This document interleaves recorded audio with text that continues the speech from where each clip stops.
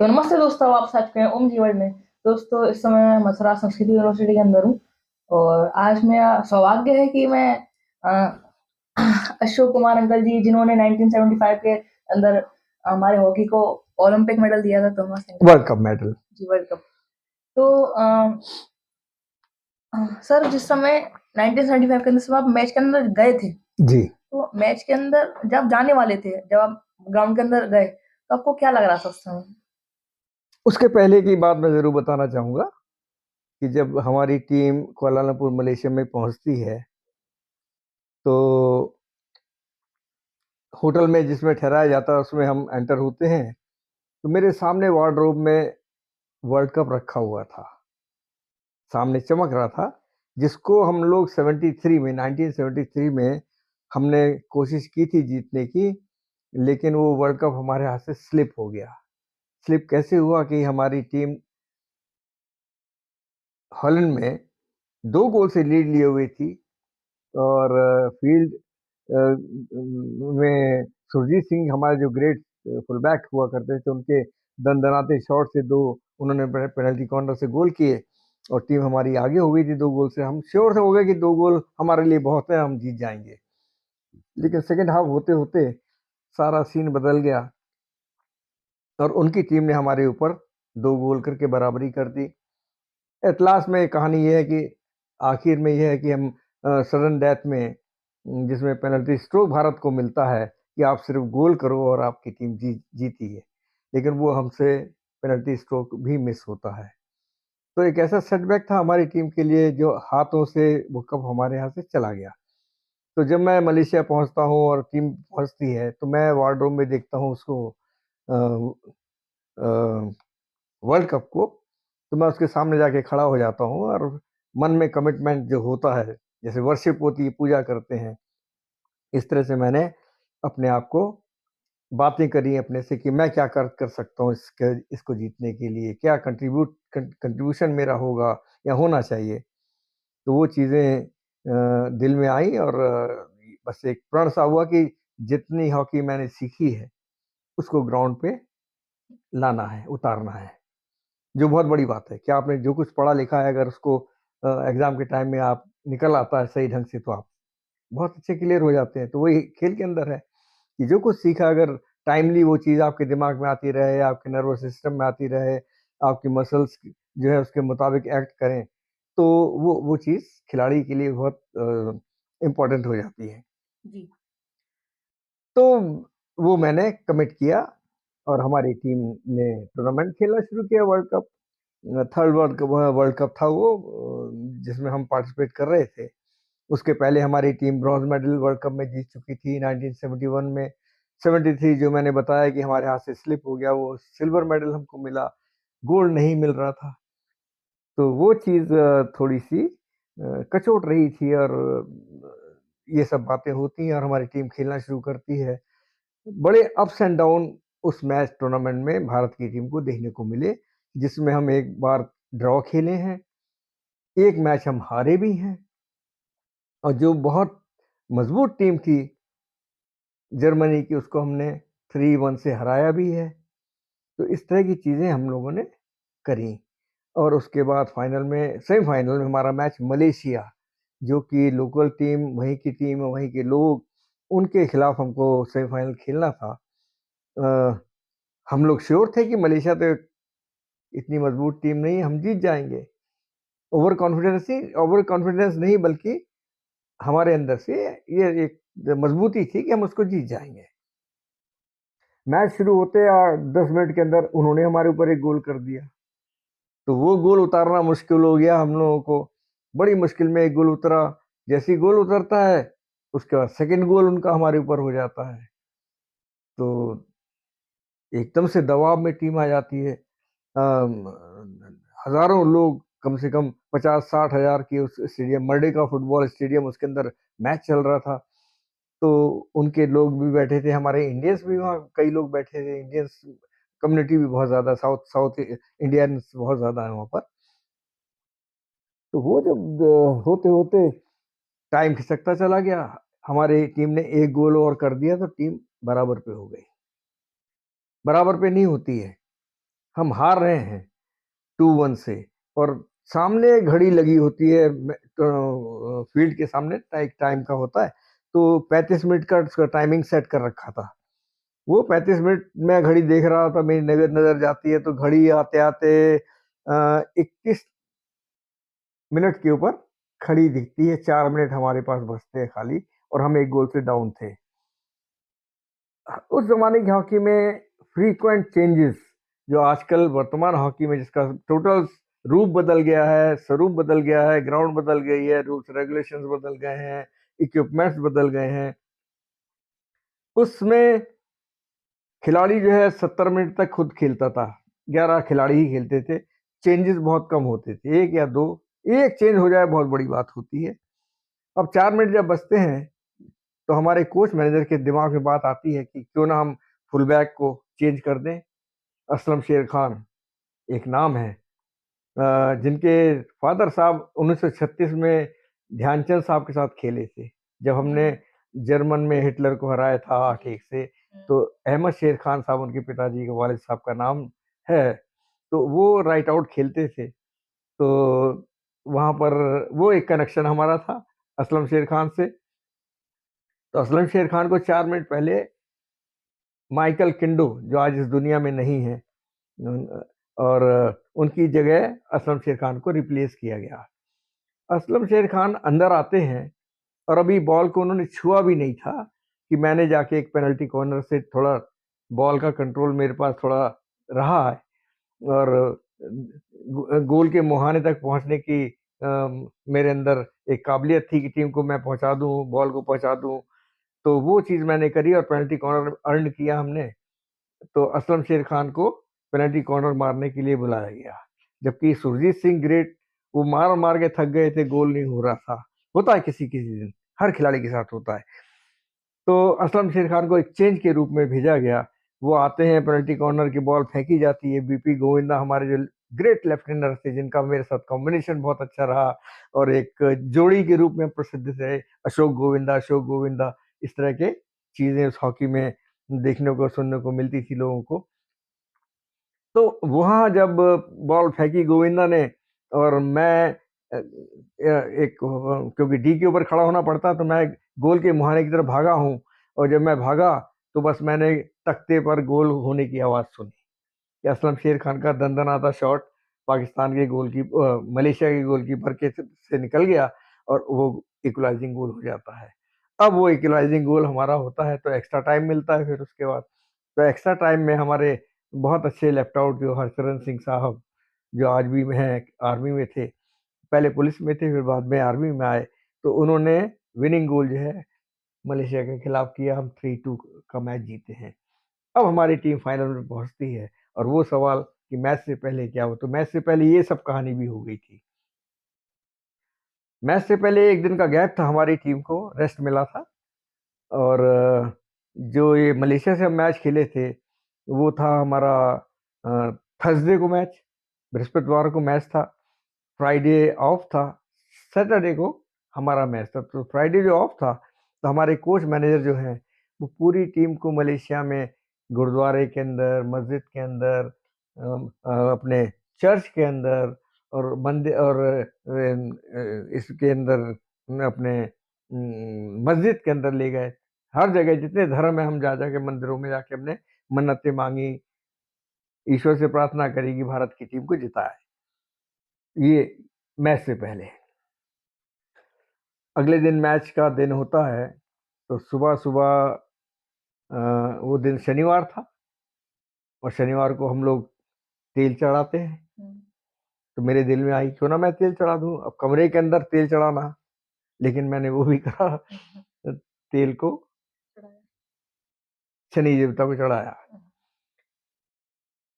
उसके पहले दरवाजा नॉक होता है, मैं सो रहे थे हम, मैं और मेरा एक कुलीग कालिया जो हमारे रूममेट था, हम सो रहे थे, दरवाजा नॉक होता है, मैं दरवाजा खोलता हूँ, तो सामने देखता हूँ हमारे कोच ग्रेट बोधी साहब, और मैनेजर 3 बार के ओलंपिक चैंपियन और गोल्ड मेडलिस्ट बलबीर सिंह जी।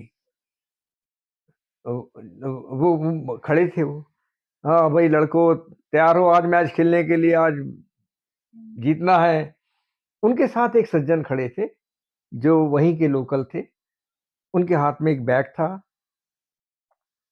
तो उन्होंने कहा, देखो ये साहब आपसे मिलने आए हैं और ये चाहते हैं कि आज ये कुछ कपड़े की कतरनें हैं, एक पीले से रंग की कतरन, कपड़ों की टुकड़े। उन्होंने कहा ये लेकर आए हैं और ये चाहते हैं कि आज अपनी जेब में ये रखकर खेले टीम, और इससे आपको जीत मिलेगी। तो अब ये वो बातें हैं जो टीम को जीतने के लिए किसी भी हाल में हम लोग तैयार थे। मंदिर भी गए, मस्जिद भी गए, गुरुद्वारे भी गए और चर्च में भी गए, और भगवान और इष्ट देवों की पूजा भी करी। इसके बाद ये सज्जन आ जाते हैं और वो कतरन मुझे निकाल के देते हैं, तो मैं उसको रख लेता हूँ। और वो जब जाते हैं तो फिर मैं तेल वगैरह भी चढ़ाता हूँ शनि देवता को। और जब टाइम होता जाने का तो बस में बैठ के कुछ देशभक्ति के गीत, मेरा रंग दे बसंती चोला, मेरा रंग दे बसंती चोला, वो गीत के साथ हम लोग गाते हुए ग्राउंड तक पहुंचते हैं। पाकिस्तान के साथ मैच हमारा फाइनल। पाकिस्तान के साथ मैच होने का मतलब नेक टू नेक, और जीतने पर हम लोगों को जो खुशी मिलने वाली थी उसका तो अंदाज़ा नहीं था। टीम जीते ये हौसला लिए हुए हम मैदान में उतरते हैं। मैच शुरू होता है, बहुत अच्छा मैच शुरू होता है, और करीब 12-15 मिनट के बीच के अंदर उनके लेफ्टिनेंट जो है वो हमारी टीम के ऊपर एक गोल कर देते हैं। अब वो गोल करते हैं तो यही लगता कि हम हार गए, अब हम जीतेंगे कैसे? क्योंकि दबाव एकदम से बढ़ जाता। बहुत दुनिया की दोनों टीमें खेल रही थी, बेस्ट टीमें खेल रही थी। बहरहाल मैच इंटरवल तक पाकिस्तान के पक्ष में एक गोल और हमारे पक्ष में 0 गोल।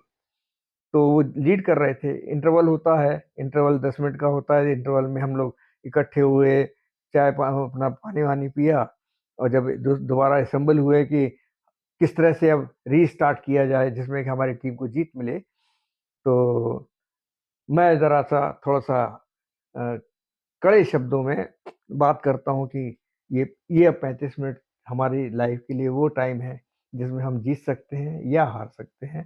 हार तो हमारे सामने रखी हुई है, अब जीतने के लिए हमको जो कोशिशें करनी है, जो हॉकी हमने सीखी है उसको दिखाना है।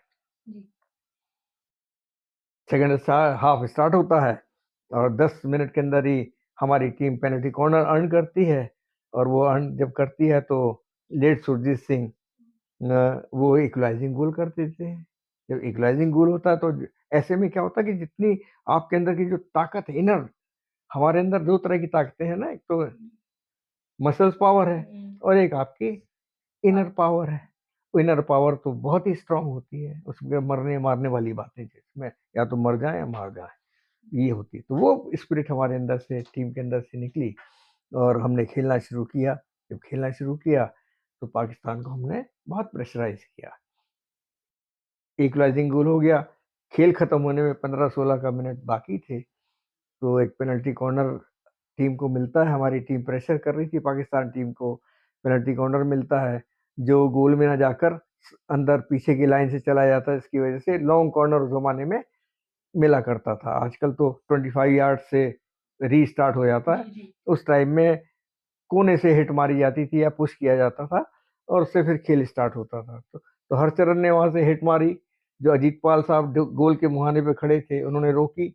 उन्होंने मुझे पास कर दिया राइट में, मैं उनके खेलता था। जैसे आप सेंटर हाफ हो, मैं इधर खेलता था, उन्होंने मुझे पास कर दिया, सामने गोल है। तो मैंने 1-2 प्लेयरों को डॉस किया, पाकिस्तानी डिफेंडर को, कि वो जगह ऐसी होती है कि हर कोई पूरी हॉकी नहीं डालता कि पैर में ना लग जाए, पेनल्टी कॉर्नर ना हो जाए। तो डर के हॉकी डाली जाती है डी के अंदर।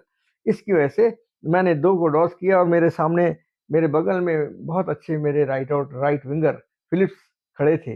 मैंने उनको पास किया, वो 1 कदम और आगे गए। अब आगे जाने से गोलकीपर और मेरे बीच में खाली 5-6 गज का फासला था, और वो बॉल मैंने आती हुई बॉल जो उन्होंने फिलिप्स ने मुझे पास करी, तो मैंने उस बॉल को आते हुए बॉल को स्वीप कर दिया। ग्राउंड बॉल को ग्राउंड लेवल पे ही स्वीप किया, और वो दंदनाती जैसे गोली निकलती है ना, इस तरह से बॉल जाके बोर्ड के कोने में जाके लग के निकल आती है। और इतनी तेजी से निकलती है बॉल गोल पोस्ट से निकल के कि अंपायर भी हतप्रभ हो गए कि इतनी जल्दी कैसे हो गया। बहरहाल उन्होंने ज़रा टाइम लिया, उसके बाद उन्होंने विसिल बजाई जो गोल होने का संकेत था। अब वो टीम के अंदर खुशी का माहौल, अभी 12-15 मिनट बाकी थे। 12-15 मिनट बाकी थे, इसमें पाकिस्तान ने बहुत प्रेशर किया हमारे ऊपर। डेफिनेटली वो तो हार रहे थे, जिस तरह से हमने पहले हम हार रहे थे तो हमने प्रेशराइज़ किया उनको। उसके बाद जब वो हारने लग गए तो उन्होंने हमारे ऊपर अटैक करने शुरू कर दिए। लेकिन उसके बाद जो खेल हमारे डिफेंस ने खेला है, और ख़ास तौर से late Virender Singh right half, Ajit Pal तो एज़ यूजुअल वर्ल्ड के बेस्ट सेंटर हाफ हमारे कप्तान भी थे वर्ल्ड कप टीम के।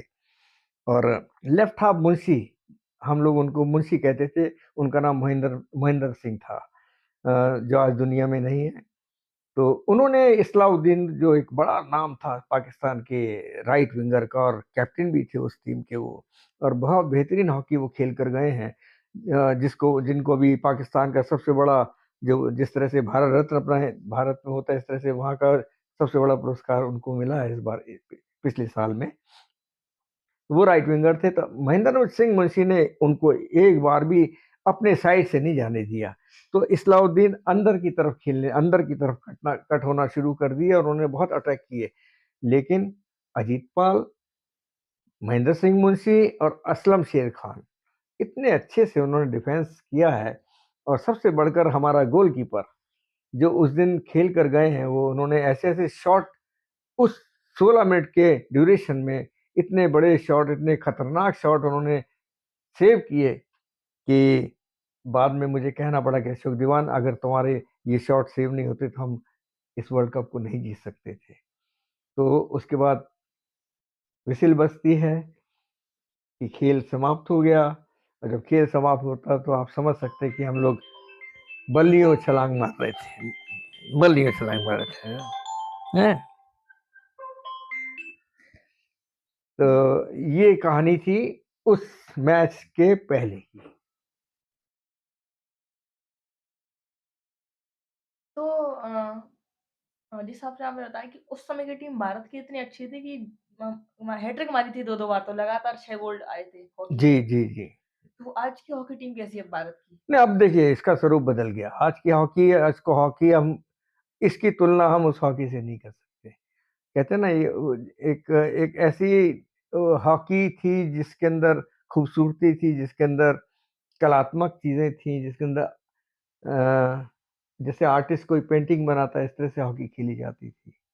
और उस हॉकी में आप, पता ही है आपको कि वो ध्यान सिंह और मेजर ध्यानचंद को एक हॉकी प्लेयर नहीं बल्कि हॉकी जादूगर की संज्ञा मिल गई। जी, तो आज के हॉकी में हॉकी जादूगर की संज्ञा मिलना तो मुश्किल है। हम खेलते हैं, सब टीमें खेलती हैं, लेकिन वो चीज़, वो कलात्मक चीज़ें और उस तरह की ड्रिबलिंग और गोल और पासिंग और बॉल को लेके 15-15 गज़ भागना और डॉस करते हुए निकल जाना, वो एक अलग अलग हॉकी थी। तो ये इसका स्वरूप बिल्कुल अलग है।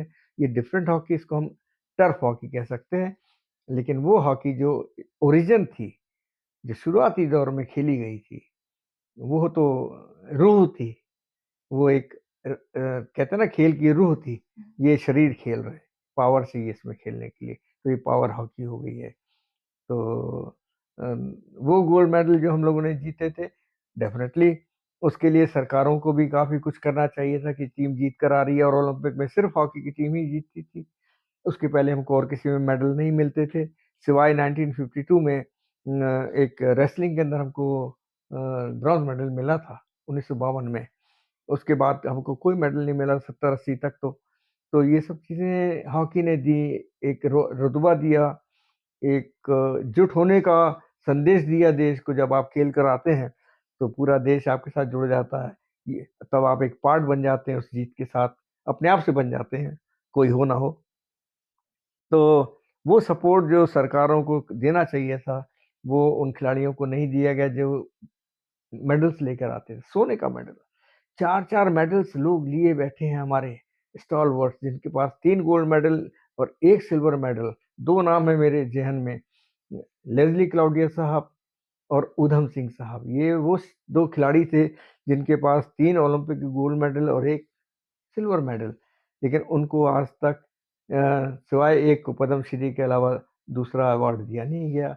पैसा तो छोड़िए, सरदार बलबीर सिंह जो हमारे 3 बार के ओलंपिक गोल्ड मेडलिस्ट और 1948 1956 के कैप्टन हॉकी के, उनका इंटरव्यू मैं सुन रहा था। मैं भी उसी का पार्ट था, इंटरव्यू में बैठा हुआ सुन रहा था मैं।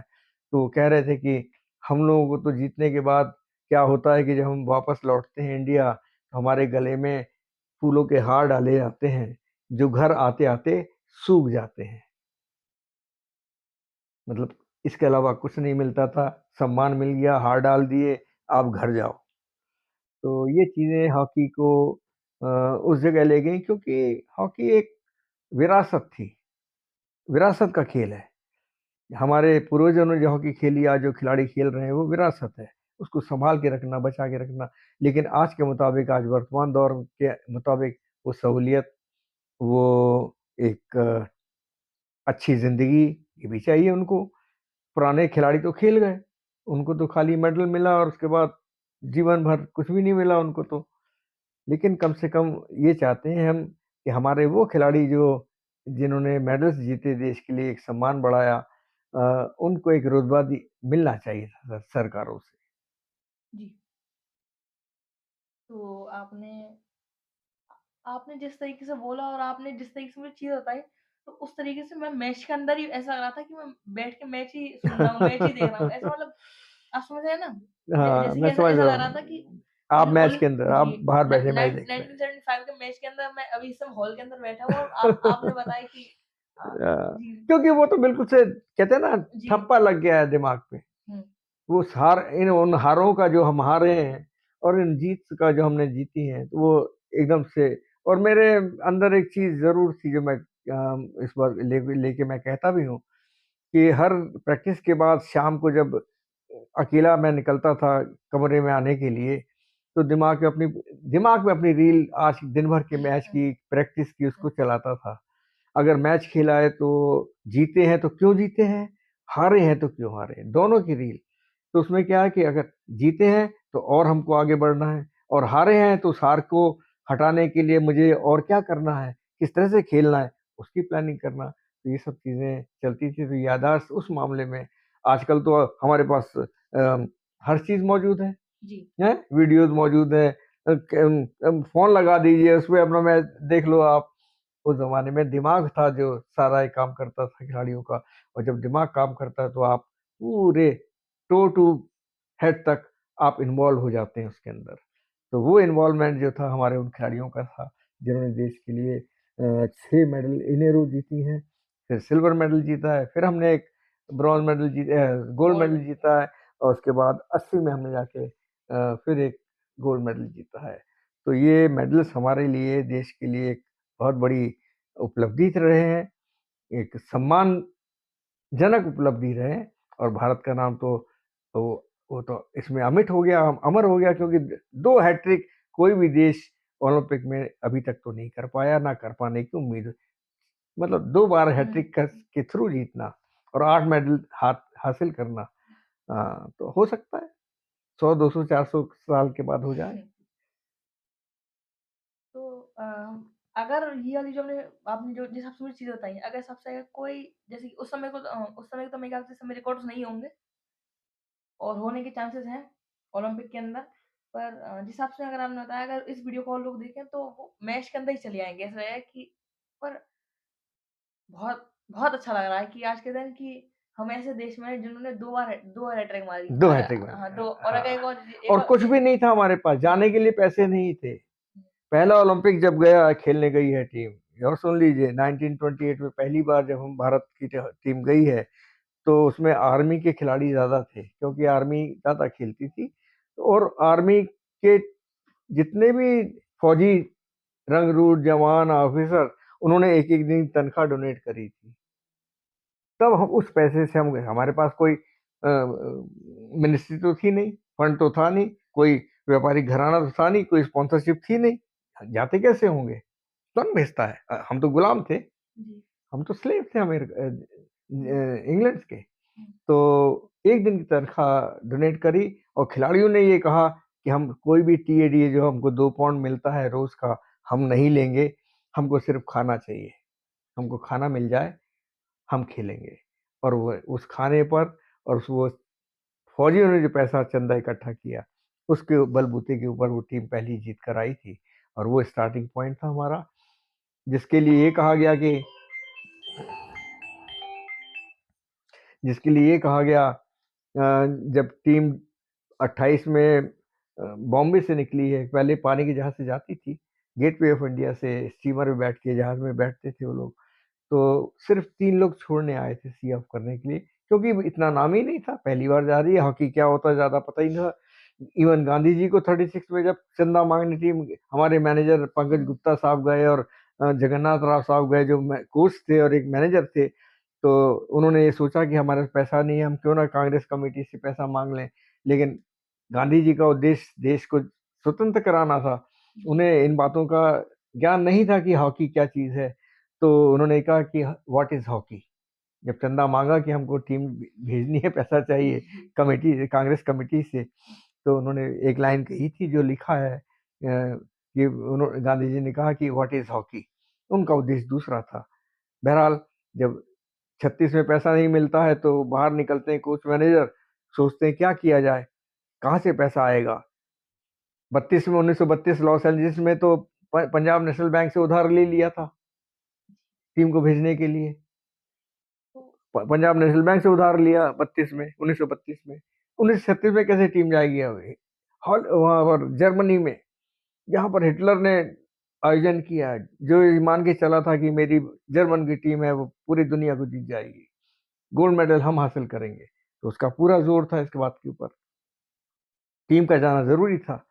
तो जब कोच मैनेजर बाहर निकलते हैं गांधी वहां से कांग्रेस कमेटी ऑफिस से, तो अगले दिन वो एक अपील करते हैं अपने पूरे देशवासियों से। कौन से देशवासी? उस जमाने में हमारा देश तो बटा हुआ था। वो जी। बड़ौदा महाराज, पटियाला महाराज, हैदराबाद नवाब, भोपाल नवाब, कुरवई नवाब, मानवदार। तो इस तरह से हमारा देश डिवाइडेड था। हम थे इंडिया में लेकिन हम बटे हुए थे। तब वो अपील करी कि हमारी टीम जो 2 बार की मेडलिस्ट है, गोल्ड मेडलिस्ट, हमारे पास पैसे नहीं है, हमको देश और वासियों की सहायता चाहिए। और वो 36 की टीम जो गई है खेलने के लिए, जिसमें हिटलर के सामने भारत की टीम ने हिटलर के देखते देखते 8-1 से उनको हराया। जब 5वां गोल हुआ तो हिटलर मैदान छोड़ के चला गया। जब वो मैदान छोड़ के चल गया, क्या ऐसी बात आप सुन सकते हो कभी जो हमारे इन खिलाड़ियों ने करी कि एक हिटलर तानाशाह जो मैच देख रहा हो वो मैच छोड़ के निकल गया कि अरे मेरी टीम तो हार गई। तो हराया किसने? भारत ने।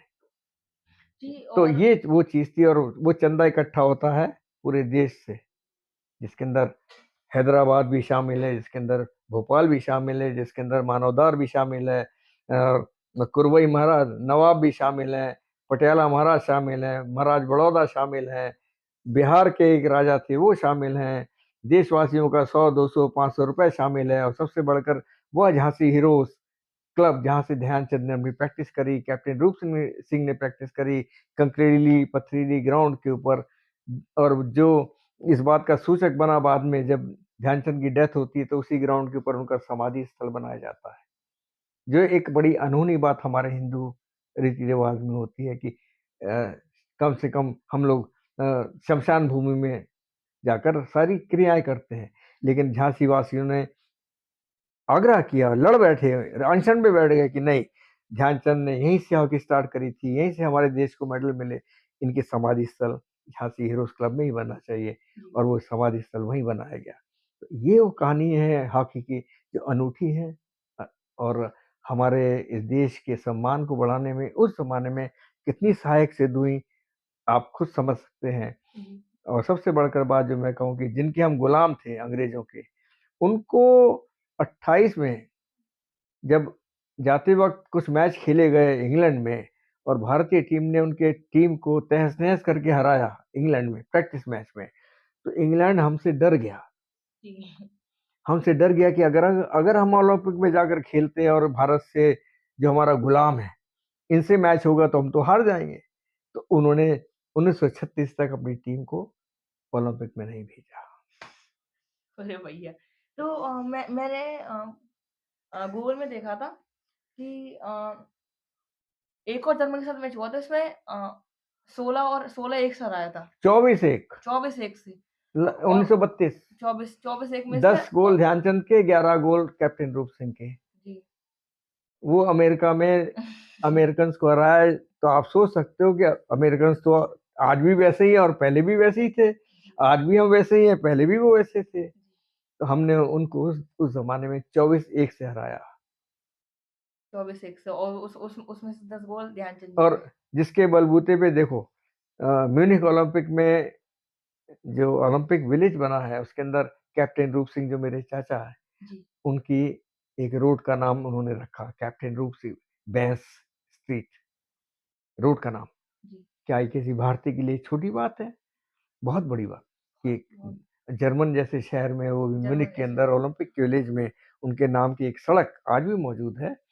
और 2012 के ओलंपिक में उन अंग्रेजों ने जिन्होंने भारत को गुलाम बना के रखा, उन्होंने हमारे इन खिलाड़ियों को कितनी सम्मान दिया, जिसमें ध्यानचंद शामिल थे, कैप्टन रूप सिंह शामिल थे और लेस्ली क्लॉडियस, जिनका जिक्र मैंने आपसे कहा ना, 4 मेडल उनके पास थे, जिनको सिर्फ पद्मश्री दिया गया। तो इन 3 के नाम उन्होंने मेट्रो स्टेशन पर के नाम रखे, जो ओलंपिक विलेज को लास्ट स्टेशन पड़ता है। कि आपको एरिना में घुसना है तो लास्ट स्टेशन अलग-अलग जगहों से आने हैं मेट्रो, तो आखिरी स्टेशन जो है ओलंपिक विलेज ओलंपिक ग्राउंड में जाने का, उनके नाम रखे थे। ध्यानचंद मेट्रो स्टेशन, कैप्टन रूप सिंह मेट्रो स्टेशन और लेस्ली क्लाउडियस मेट्रो स्टेशन। ये इज्जत की बात भारतीय के लिए, हॉकी प्लेयर के लिए बहुत बड़ी बात थी, बहुत बड़ी बात थी। ध्यानचंद के नाम का स्टेडियम लंदन में आज बना हुआ है। लंदन में। छोटी बात, बहुत बड़ी बात है।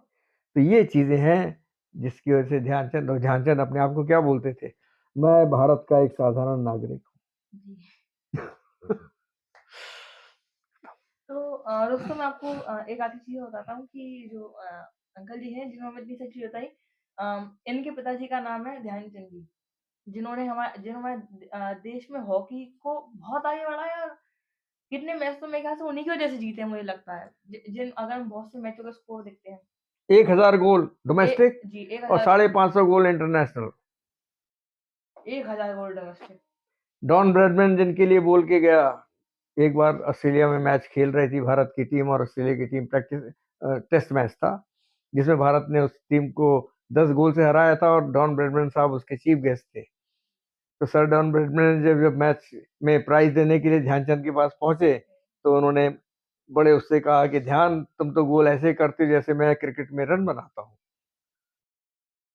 ये है खेल, ये है खेल। और मेरे ख्याल से जो ध्यानचंद जी थे उनकी स्टिक तोड़वा दी थी, उनको लग रहा था कि कई जगह मैग्नेट लगी हुई है। मैग्नेट करके तोड़ो इनकी हॉकी, बदल के देखो। क्या ऐसी चीजें किसी और खिलाड़ी के साथ जिंदगी में हो सकती है कि फुटबॉल बदल के देखो या बैट बदल के देखो? इसमें जादू है? नहीं, वो सिर्फ हॉकी स्टिक थी, वो छड़ी थी, और छड़ी के बलबूते पर, उस हॉकी के बलबूते पर ध्यानचंद ने वो कारनामे किए जो बेमिसाल है, बेमिसाल है। तो आपने मुझे ना सब बताया क्यों, और आपने मुझे मैच करने ही ले गए जिस हिसाब से आप, तो आपका बहुत ज़्यादा शुक्रिया। क्या बात है, क्या बात है। बहुत बहुत शुक्रिया, बहुत मजा आया, बहुत अच्छा लगा। जी। और ऑल द बेस्ट, आपके लिए शुभकामनाएं मेरी।